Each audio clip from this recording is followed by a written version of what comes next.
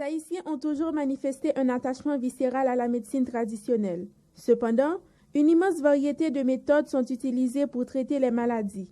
Elles sont basées sur l'expérience personnelle ou sur des connaissances transmises depuis plusieurs générations. En 1987, l'Organisation mondiale de la santé, OMS, a déjà mis en évidence la valeur de la médecine traditionnelle.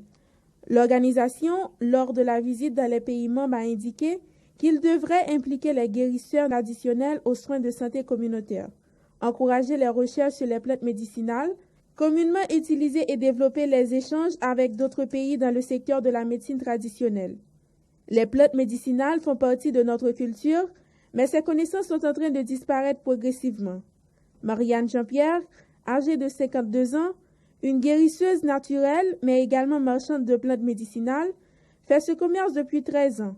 Elle explique les bienfaits de certaines plantes. Si je contre ça, il a pile d'importance dans la société parce que c'est bon pour le cancer, c'est bon pour le foudre, c'est bon pour le sick, pour les gens qui ont fait mal, qui ont des gens qui ont fait, pas des gens, quel que soit grand monde, vous servez ensemble avec lui, vous pouvez faire chier avec, vous pouvez préparer sirop avec, vous pouvez bouillir comme ça, ou boire. Citronnelle là, c'est bon pour les gens pour fouetter, pour infection, pour thé, pour battement de cœur. Il menthe, c'est bon, là vous avez cœur sauté, là vous voulez maigrir, vous voulez faire diète. Elle affirme que les médecins modernes viennent souvent acheter des feuilles pour préparer des médicaments. Médicaments, ça fait là, fait. Quel que soit médicament, ni te sirop, ni te comprimé, quel que soit antibiotique, ça fait là le préparer.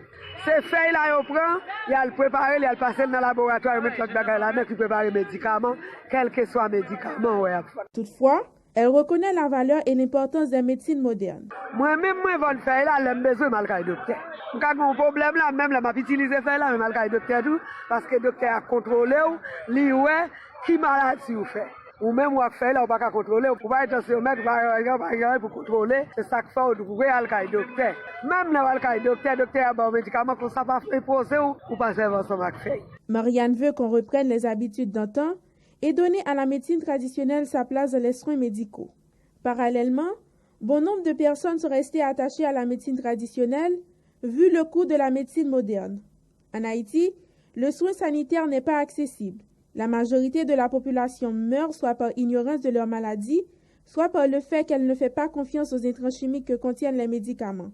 Jouven Samissi, un jeune médecin, reconnaît la valeur de la médecine traditionnelle.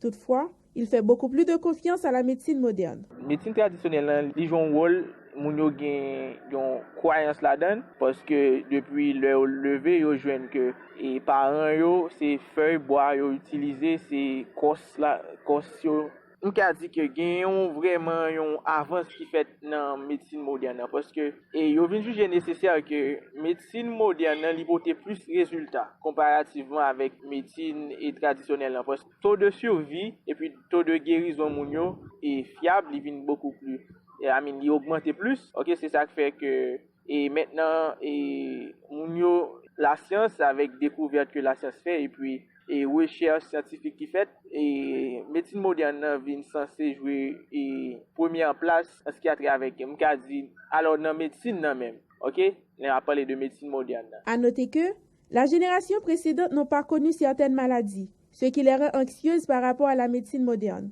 Selon Jouven Samissi, ces maladies ont fait surface par le fait qu'on fait trop d'excès. À vouloir se guérir, on se détruit également. Peut-on espérer une cohabitation concrète entre la médecine moderne et la médecine traditionnelle? Peut-on s'attendre à une évolution de la médecine traditionnelle en Haïti?